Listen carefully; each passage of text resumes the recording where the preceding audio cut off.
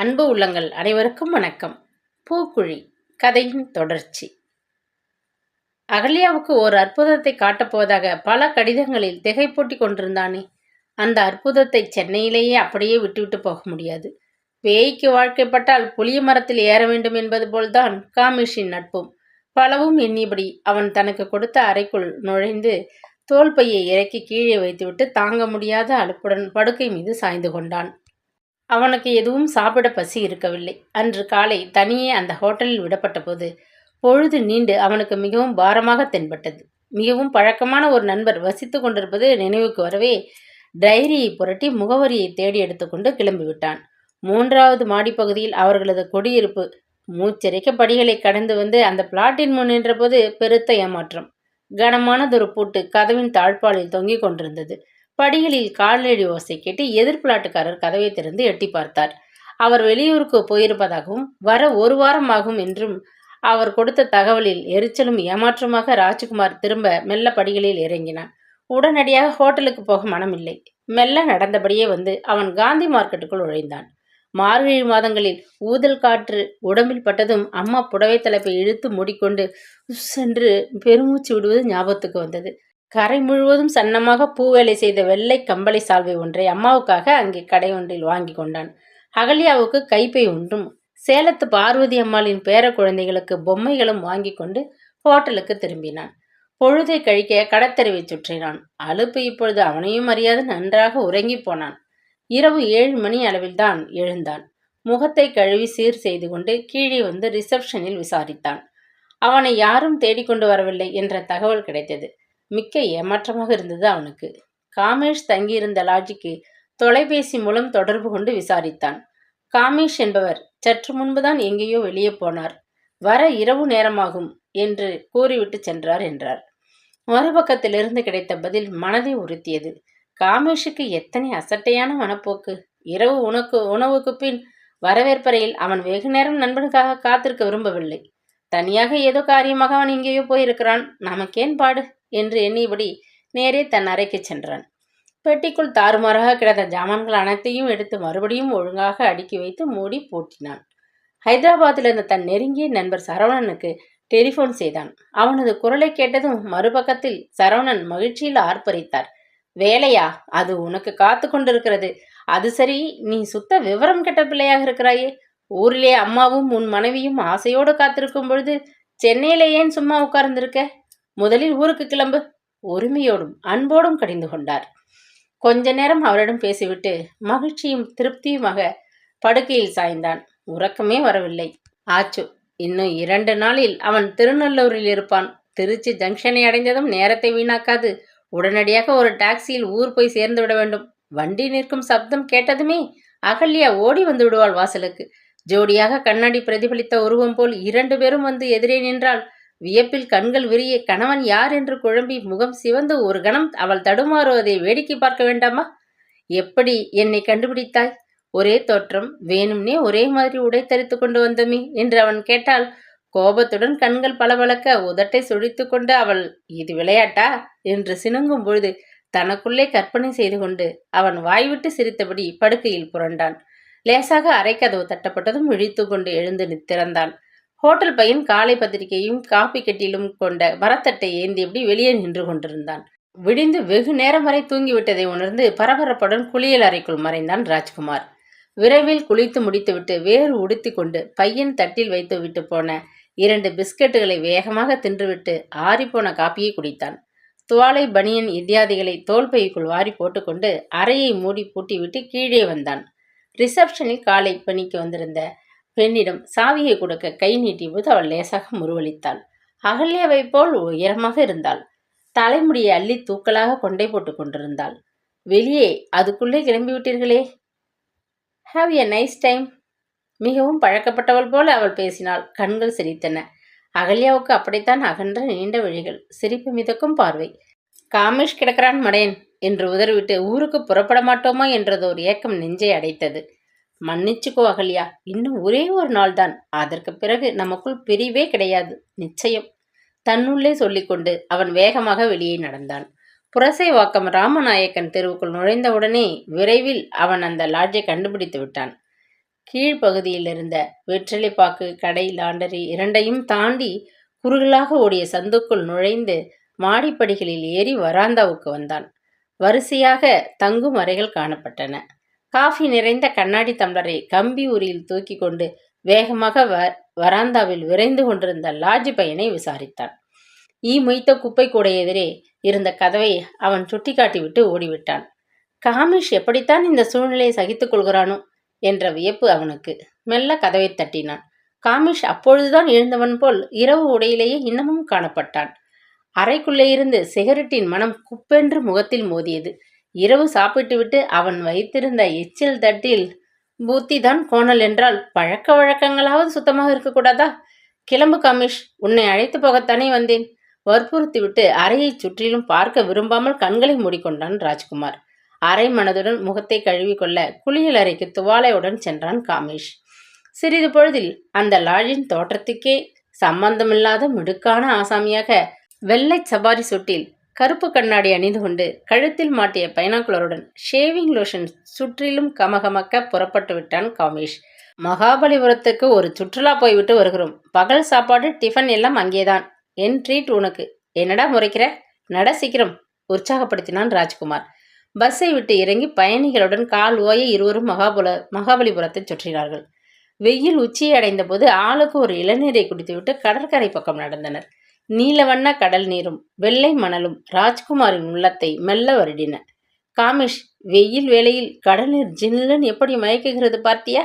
என் கையை பிடிச்சிட்டு இறங்குடா. ஒரே ஒரு சின்ன குளியல், ரொம்ப சுகமா இருக்கும். தாய் நாட்டுக்கு வந்திருக்கோம், சமுத்திர ஸ்தானம் பண்ணுவோம், வா. எல்லா தவறுகளுக்கும் ஒரு முழுக்கு போட்டு விட்டலாம். சிரித்து கொண்டே தோல்பையை கீழே வைத்துவிட்டு வேகமாக உடைகளை களைந்து அதற்குள் போட்டுவிட்டு உள்ளாடையுடன் நின்றான். எனக்கு நீந்த தெரியாது, என்னை வற்புறுத்தாதே. தண்ணியை கண்டாலே எனக்கு பயம், பிடிவாதமாக காமேஷ் மறுத்தான். கடற்கரையில் அப்பொழுது யாருமே காணவில்லை. அங்குமிங்கும் அதுவரை நடமாடிக்கொண்டிருந்த பயணிகள் சாப்பாட்டை தேடி கொண்டு போய் விட்டிருந்தனர். கடற்கரை வெறிச்சென்று காணப்பட்டது. கலவரத்துடன் காமேஷ் சுற்றிலும் பார்த்தான். தண்ணி உடம்புல படுறப்போ எத்தனை சுகமா இருக்கு தெரியுமா? கொஞ்சம் இறங்கி பாரேன். மகிழ்ச்சியுடன் கூவியபடி ஓவென்று இறைச்சலிட்ட கடல் அலைகள் இடையே புகுந்து மீன் போல மேலும் மேலும் கடலுக்குள்ளே நீந்தியபடி போய்கொண்டிருந்தான் ராஜ்குமார். வியப்புடன் அவனையே பார்த்து கொண்டு கரையில் நின்ற காமேஷ் திடுக்கிட்டு போனான். வெகு தொலைவில் நீருக்கு மேல் கருப்பாக தெரிந்த அந்த தலையை காணவில்லையே. ராஜ்குமாருக்கு என்ன நேர்ந்து விட்டது? கலவரத்துடன் மார்பில் தொங்கிய பைனாக்குலரை கழற்றி அதன் வழியே பார்த்தான். ராஜ், ஏய் ராஜ் என்று கத்திக்கொண்டு ஓடினான். உதவிக்கு வரக்கூட அருகில் யாரும் இல்லை. மறுபடியும் பைனாக்குலர் மூலம் பார்த்தான். பாவி பயல், மூழ்கி போய் விட்டானே. அடக்கடவுளே! காமேஷின் நெஞ்சு பயத்திலே பக்பக்கென்று அடித்து கொண்டது. நெற்றியில் பூத்த வேர்வையை புறங்கையால் துடைத்து கொண்டு கால்கள் மணலில் ஊன்றி கொண்டு விட்டன போன்ற ஒரு பிரமிப்பில் நடக்க தோன்றாமல் கடலையே வெகுநேரம் எரித்து கொண்டு நின்றான். சுய உணர்வு வந்தபோது மறுபடியும் சுற்றுமுற்றும் பார்த்தான் காமேஷ். கண்களுக்கு எட்டிய தூரம் வரை மணற்பரப்பில் யாரையும் காணவில்லை. பளிச்சென்று காய்ந்த உச்சி வெயில் உடலை சுட்டது. சற்று முன் பச்சையாக காணப்பட்ட கடல் இப்பொழுது கருநீளமாக விஷம் போல் அவனுக்கு திகப்பையும் அச்சத்தையும் கொடுத்தது. மெல்ல குனிந்து ராஜ்குமார் கழற்றி வைத்துவிட்டு போன உடைகளை பைக்குள் நன்றாக தள்ளி மூட எடுத்தபோது சட்டைக்குள்ளிருந்த அவனது புத்தம்புது கடிகாரம் நழுவி மண் மீது தொப்பென்று விழுந்தது. துயரமா, வெறுப்பா, பரிதாபமா, பகைமையா, இனம் பிரிக்க முடியாத கலவை உணர்விலே குமுறி கொண்டு அதை எடுத்து உள்ளங்கையில் வைத்து அழகு பார்த்தான் காமேஷ். அந்த புதிய கடிகாரத்தை ஊருக்கு புறப்படுவதற்கு முதல் நாள் தான் ராஜ்குமார் வாங்கியிருந்தான். ஏற்கனவே கிராமத்திலே வீட்டில் ஒரு சீக்கோ டிஜிட்டல் கடிகாரத்தை வச்சுட்டு வந்திருக்கேன். வெளிநாட்டுக்கு போய்விட்டு வந்த சரவணன் சார் எனக்கு பரிசாக வாங்கி கொண்டு வந்தார். ஒரு HMT கையோடு உபயோகத்தில் இருக்கு. இப்போ புதுசாக இன்னொன்று டிஜிட்டல் கடிகாரத்தை இத்தனை விலைக்கு வாங்கிக்கிட்டு போகிறேன். அகல்யா கட்டாயம் கோபிச்சுக்குவா. பணத்தை தண்ணியாக செலவழிக்கிறேன்னு என்னை பற்றி அவளுக்கு அபிப்பிராயம். தெரியாமல் வளர்ந்துட்டேன், அது என் தப்பான்னு நான் வேடிக்கையாக சண்டை போடுவது வழக்கம். கட்டும் செட்டுமாக குடுத்தனம் செய்ய விரும்புகிறவள் அகல்யா. நான் என் அப்பாவை போல கொஞ்சம் செலவாளி. பிடிச்சதை உடனே வாங்கி அனுபவிக்கணும்னு ஆசைப்படுறவன். இது மாதிரி சில்லறை அபிப்பிராய பேதங்கள் எங்கள் இருவரிடையே நிறைய உண்டு. எல்லாத்தையும் நீ வேடிக்கை பார்க்க போற. சிரித்து கொண்டே முதல் நாள் ராஜ்குமார் பேசியதன் நினைவு நெஞ்சை அடைத்து கொண்டது. காமேஷ் திணறி போனான். கடிகாரத்தையும் பைக்குள் போட்டு சிப்பை இழுத்து மூடி பையை எடுத்து தோல் மீது மாட்டிக்கொண்டான். பாவி பயல், எல்லா ஆசைகளையும் ஒட்டுமொத்தமாக எடுத்துக்கொண்டு ஆழமான கடலுக்குள்ள அமுங்கி போய்விட்டானே. இப்போ தனக்குள்ளே முணுமுணுத்தபடி மெல்ல நடந்தான். டாக்ஸியிலிருந்து இறங்கி ராஜ்குமார் தங்கியிருந்த அந்த பெரிய ஹோட்டலுக்குள் நுழைந்தான். வரவேற்பறையில் மேஜைக்கு பின்னால் நிரந்தர புன்னகையுடன் கண்களால் சிரித்த அந்த அழகி ரிசப்ஷனிஸ்ட் அவனை கண்டதும் திரும்பி பின்னால் ஆணிகளில் தொங்கிய சாவிகளில் ஒன்றை எடுத்தாள். Did you have a nice time? கேட்டபடி சாவியை அவனிடம் நீட்டினாள். பளிச்சென்று அவனுக்கு புரிந்துவிட்டது. ஆள் மாறாட்டத்தை அவள் கண்டுகொள்ளவில்லை. அவனை ராஜ்குமார் என்று எண்ணிக்கொண்டிருக்கிறாள். தன் முன்னே கிடந்த நோட்டு புத்தகத்தை அவசரமாக இடக்கையால் திருப்பிவிட்டு ரிசப்ஷனிஸ்ட் மோகனமாக முறுவலித்தாள். மறுபடியும் இன்று இரவு வரைதான் இங்கே தங்க போறீங்க இல்லையா? குழப்பத்துடன் பதில் பேசாது ஒரு கணம் மலைத்து போய் நின்றான் காமேஷ். அன்று இரவு வண்டிக்கு அவர்கள் இருவரும் திருச்சிக்கு புறப்படுவதாக ஏற்பாடுகள் செய்துவிட்டிருந்தான் ராஜ்குமார். இப்போது மின்னலாக ஓர் எண்ணம் அவனுள் பளிச்சிட்டது. இன்னும் 2 தினங்கள் சென்னையிலேயே தங்குவதாக உத்தேசம். அப்படியா? அவள் மெல்ல சிரித்தாள். அந்த அறை உங்களுக்கு சௌகரியமாகத்தானே இருக்கு? ரொம்ப பிடிச்சிருக்கு. அதோட இந்த வரவேற்பறையும் ரொம்ப பிடிச்சிருக்கு. கண்களால் அவளை விழுங்கி கொண்டு சாவியை எடுத்து கையை நீட்டியவன் அவளது கரத்தையும் மெல்ல வேண்டுமென்றே தொட்டான். அழகான பெண்களை கண்டால் அப்படி அவனுக்கு ஒரு துணிச்சல். முகம் சிவந்து போன அவள் மெல்ல தன் கையை இழுத்து கொண்டாள். மன்னிச்சுக்குங்க, தவறிப்போய் என்று குழைந்தபடி அவளை மென்மையாக பார்த்தான். பரவாயில்லை மிஸ்டர் ராஜ்குமார், தொடர்ந்து உங்களுக்கு அந்த அறை தேவைப்படும்னு எழுதி வச்சுடுறேன் என்று அவசரமாக கூறிவிட்டு வேறு ஒரு பயணியின் பக்கம் திரும்பிவிட்டாள். லிப்டுக்குள்ளே நுழைந்து 5வது மாடியை அடைந்து வராந்தாவில் வேகமாக நடந்தபோது அந்த பகுதியை பார்த்து கொள்ளும் பையன் எதிர்பட்டான். நீங்க பகல் சாப்பாட்டுக்கு வரமாட்டீங்கன்னு சொல்லிட்டு போனீங்களே, இன்னும் சாப்பாடு நேரம் முடியல. ரொம்ப களைப்பா இருந்தா ரூம் சர்வீஸை கூப்பிடுங்கோ, கொண்டு வந்து கொடுப்பாங்க என்று கூறிவிட்டு விரைந்தான். எதிர்பட்ட 2வது ஆளுக்கும் அவன் ராஜ்குமாராகவே தோன்றுகிறான். அவசரமாக கதவை திறந்து கொண்டு உள்ளே சென்றான். அறை சுத்தமாக இருந்தது. பெட்டி வைக்கும் ஸ்டாண்டில் ராஜ்குமாரின் பெட்டிகள் ஒன்றின் மேல் ஒன்றாக அடுக்கி வைக்கப்பட்டிருப்பதை கண்டான். எல்லாம் தயாராகத்தான் வச்சிருக்கான். ஆனால் பயணத்தின் திசைதான் மாறிப்போச்சு. உரத்த குரலில் ஆவேசமாக சிரித்துக்கொண்டு கண்ணாடி முன் வந்து நின்றான். ரிசப்ஷனிஸ்ட், ஹோட்டல் பையன், இவர்கள் எல்லோரும் குழம்பியதில் அதிசயமே இல்லை. கடலுக்குள் மறைந்து போன ராஜ்குமார் கண்ணாடி வழியே அவனை பார்த்து முறுவலிப்பதை போன்ற தன் தோற்றத்தையே அவனும் வியப்புடன் ஆராய்ந்து பார்த்து கொண்டு நின்றான். அதே சமயம் அவனது மூளையும் பல திட்டங்களை வேகமாக ஆராயத் தொடங்கியது. ரூம் சர்வீஸ் எண்களை வேகமாக சுழற்றி roast chicken, fried rice, salad custard and jelly coffee படபடவென்று வேண்டியதை சொல்லி சாப்பாட்டையை அறைக்கு கொண்டு வர உத்தரவிட்டான். தோள்பையில் இருந்த சாவி கொத்தை எடுத்து மேலே இருந்த பெட்டியை திறந்தான். ராஜ்குமார் எல்லாவற்றையும் ஒழுங்காக செய்ய விரும்புகிறவன். ஜாமான்களை சீராக பெட்டிக்குள் அடுக்கி வைத்திருந்தான். ஒரு பக்கத்தில் passport, travels check draft, Bombay பாங்கில் மாற்றி பத்திரமாக பிளாஸ்டிக் பைக்குள் போட்டு சுருட்டி வைத்திருந்த 4000 ரூபாய் பணம், ரயில் பயணச்சீட்டு என்று எல்லாம் ஒழுங்காக வைக்கப்பட்டிருந்தன. பணத்தையும் பயணச்சீட்டுகளையும் சட்டைப்பையில் திணித்து கொண்டு பெட்டியை பூட்டினான். அதற்குள் பையன் உணவு தட்டை கொண்டு வந்து மேஜை மீது வைத்தான். 2 பேர் சாப்பிட போதுமான உணவு. அத்தனையையும் ஒரே மூச்சில் முடித்துவிட்டு கையை கழுவிக்கொண்டு அறையை பூட்டிவிட்டு கிளம்பினான். ரயில்வே நிலையத்துக்கு சென்று பயணச்சீட்டுகளை ரத்து செய்துவிட்டு அவன் திரும்பிய போது அந்த அழகி ரிசப்ஷனில் இருக்கவில்லை. நோட்டு புத்தகத்திலே தலையை கவிழ்த்து கொண்டு தொங்கு மீசை வாலிபன் ஒருவன் மேஜைக்கு பின்னால் நின்று கொண்டிருந்தான். அறையை காலி பண்ண போகிறேன், உடனே பில் தேவை.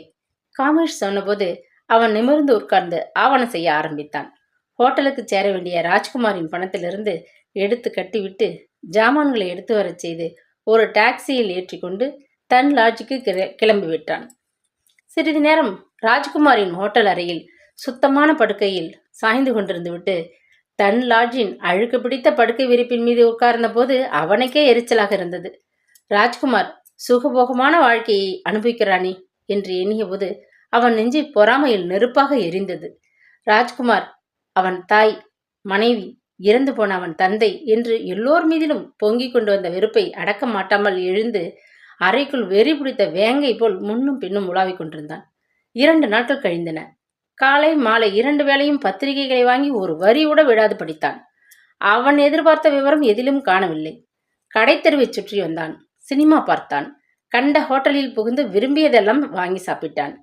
தொடர் சங்கிலி போல சிந்தனையோடு தொடர்ந்து சிகரெட்டுகளை ஊதி தீர்த்தான். இரவு வேளையில் உறக்கமின்றி எண்ணங்களோடு படுக்கையில் அமைதி இல்லாது புரண்டான். இன்னும் எத்தனை நாட்கள் இப்படி வீணாக காத்திருப்பது? அவனுக்கு ஆத்திரமாகத்தான் இருந்தது. 4 நாட்களுக்கு பின்னர் அன்று காலை பொது குளியலறையில் குளித்துவிட்டு அவசரமாக உடுத்தி கொண்டு அவன் மாலை காஃபியை தேடிக்கொண்டு கீழே வந்தபோது பார்த்தான். எதிர்சாரி புத்தக கடையின் கதவின் மேலிருந்த போஸ்டரில் கொட்டை எழுத்துக்களில் காணப்பட்ட செய்தி கண்களை தாக்கிற்று. கடலில் மூழ்கிய இளைஞனின் பரிதாபகரமான சாவு. பத்திரிகையை வாங்கி பரபரப்புடன் படித்தான். முன்பக்கத்திலேயே விவரம் கொடுக்கப்பட்டிருந்தது. நேற்று மாலை மகாபலிபுர கடற்கரை ஓரமாக ஒதுங்கி கிடந்த பிணம் 26 வயதுடைய வாலிபனுடையது என்று ஊகிக்கப்படுகிறது. நீலவண்ண ஸ்தான உடை மட்டுமே உடலில் காணப்பட்டது. நாட்கள் சில ஆகிவிட்டதால் உடல் அழுகின நிலையில் இருப்பதாலும் மீன்கள் கொத்திவிட்டதாலும் முகம் உருத்தெரியாத நிலையில் உள்ளது. கடலில் நீந்த வந்தவன் விபத்துக்குள்ளாகி இருக்க வேண்டும் என்று நம்பப்படுகிறது. போலீஸ் புலன் விசாரணை செய்து கொண்டிருக்கின்றனர். உறவினர்கள் அடையாளம் கண்டுகொள்ள பிணம் அரசு பிணக்கிடங்கில் வைக்கப்பட்டுள்ளது. நீலவண்ண ஸ்தான உடையில் நீல கடலுக்குள் அலைகளை அணைத்தபடி ராஜ்குமார் மேலும் மேலும் நீந்தி செல்லும் நினைவு நெஞ்சுக்குள் எழவே பத்திரிகையை மடித்து கையிடுக்கில் செருகிக் கொண்டு வேகமாக நடந்தான் காமேஷ். கடலுக்குள்ளே போனவன் பிணக்கிடங்கிலே உறவினருக்காக பிணமாக காத்து கிடக்கிறான். டாக்ஸி ஒன்றை பிடித்துக்கொண்டு ரயில்வே நிலையத்துக்கு விரைந்தான். அன்று இரவு வண்டிக்கு அவனுக்கு பயணச்சீட்டு கிடைத்து விட்டது. அப்படியே திருநெல்லூருக்கு ஒரு தந்தியையும் அனுப்பினான். ரயில் தவறிவிட்டது. உடனடியாக இடம் கிடைக்கவில்லை. தாமதமாகிவிட்டது. அம்மாவிடம் சொல்லவும். இன்று இரவு வண்டியில் வருகிறேன். அன்புடன் ராஜ்குமார். அகல்யா பெயருக்கு அனுப்பிவிட்டு தனக்குள்ளே புன்னகைத்த வண்ணம் வெளியே வந்து இன்னொரு டாக்ஸியில் ஏறிக்கொண்டான். நெஞ்சு கொள்ளா மகிழ்ச்சியில் அன்று இரவு அகல்யா ஒரு கணம் கூட உறங்கவில்லை. விடியும் முன்னே இருள் பிரிவதற்கு கூட காத்திராமல் அவள் தலைமூழ்கி உடுத்தி கொண்டு தயாராகிவிட்டாள். பூக்குழியில் இறங்க விரதம் எடுத்து கங்கணம் கட்டிய நாளிலிருந்து அவள் நித்தமும் தலைமூழ்கிவிட்டு சூரியோதயத்துடன் ஆரம்பமாகும் முத்துமாரியின் அபிஷேக ஆராதனைகளில் கலந்து கொள்ள தொடங்கியிருந்தாள். பகல் ஒரு பொழுது மட்டுமே கொஞ்சம் உணவு, இரவு அரை டம்ளர் பால் என்று அப்படி ஒரு கடும் விரதம். கணவன் ராஜ்குமார் பத்திரமாக ஊர் வந்து சேர்ந்து வாழ்வு மலர எத்தகைய கடும் விரதத்தையும் அவள் ஏற்க தயாராக இருந்தாள். கொட்டிலில் கட்டியிருந்த கூழை பசு செல்லைக்குட்டி சில நாட்களுக்கு முன்புதான் கன்று போட்டிருந்தது. செல்லைக்குட்டி என்று ராஜ்குமார் தான் அந்த பசுவுக்கு பெயர் வைத்திருந்தான். கூப்பிட்டால் நாய்க்குட்டி போல் பின்னால் ஓடி வரும். அந்த பசுவின் மீது அவனுக்கு மிக்க அன்பு. ஊருக்கு போகும் முன்பு கூட கொட்டிலுக்கு சென்று ஒரு கை புல்லை அள்ளி போட்டுவிட்டு செல்லக்குட்டியின் முதுகை தடவி கொஞ்சிவிட்டுத்தான் புறப்பட்டான். முதல் நாள் சிங்காரம் பசுவை குளிப்பாட்டி சுத்தப்படுத்தி இருந்தான். அகல்யா அதன் முகத்திலும் கொம்பிலும் மஞ்சள் தடவி குங்கும பொட்டு வைத்து கழுத்தில் சலங்கை கட்டி தூபம் காட்டினாள். செல்லக்குட்டிக்கு கூட எஜமான் வரப்போவது தெரிந்துவிட்டது போலும். மஞ்சளும் குங்குமமாக பசுவின் முகத்தில் கூட களை கட்டிவிட்டிருந்தது. பட்டணம் படிகொள்ளும் பெரிய வெண்கல சொம்பில் புஷ்சென்று நுரை மேலே எழும்பி நிற்க சுரந்து கொடுத்த பாலை எடுத்துக்கொண்டு உள்ளே வந்தான் சிங்காரம். கன்று போட்ட மாட்டின் பால் தெளிந்து பின் வீட்டுக்கு உபயோகிக்கும் முன் முத்துமாரிக்கு அபிஷேகத்துக்கு அனுப்பிவிடுவது அந்த வீட்டின் வழக்கம். பாலை அப்படியே கோயிலுக்கு கொண்டு போகணும். முதல் பால் ஆத்தாளுக்கு தெரியுமில்லையா? அகல்யா உத்தரவிட்டாள். காலை பால் அம்மனுக்கு, சாயங்காலம் கறக்கிற பால் ஐயாவுக்கு. அவருக்கு பால் போலினா ரொம்ப பிடிக்குமே, கொஞ்சம் அதையும் செஞ்சு வச்சிடுங்களேன். பற்களை காட்டினான் சிங்காரம். 2 நாட்களாக அவனுக்கும் மகிழ்ச்சி பிடிபடவில்லை. கையும் காலும் ஓடாது தவித்தான். எஜமானியிடம் பேசுகிறோம் என்ற வரம்பை மீறி வேடிக்கையாகவும் பரிகாசமாகவும் சரிசமானமாக பேசினான்.